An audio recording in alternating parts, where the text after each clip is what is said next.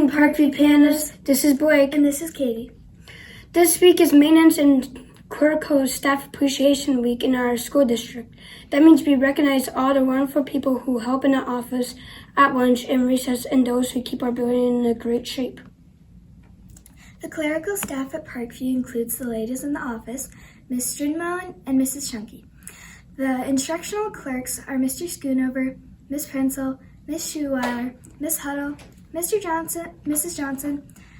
Jeremiahson, Mrs. Steeler, and Mrs. Curry. Mrs. Kruk is our media clerk, and Mrs. Grunke is our check clerk. Our awesome custodians are Mr. Paul, Mrs. Pam, Mr. David, and Mr. Chuck. There are 32 schools in our district. Each school has a building chief. There are custodians, groundskeepers, and maintenance workers who make sure the building is safe and clean and welcoming to staff and students. They also make sure everything is working properly, such as sinks, ovens, and air conditioners. The maintenance staff also help with renovations, remodeling projects, and getting services for trash removal and recycling, clearing snow, and major repairs. You probably see the clerical staff every day at lunch, recess, or in the library.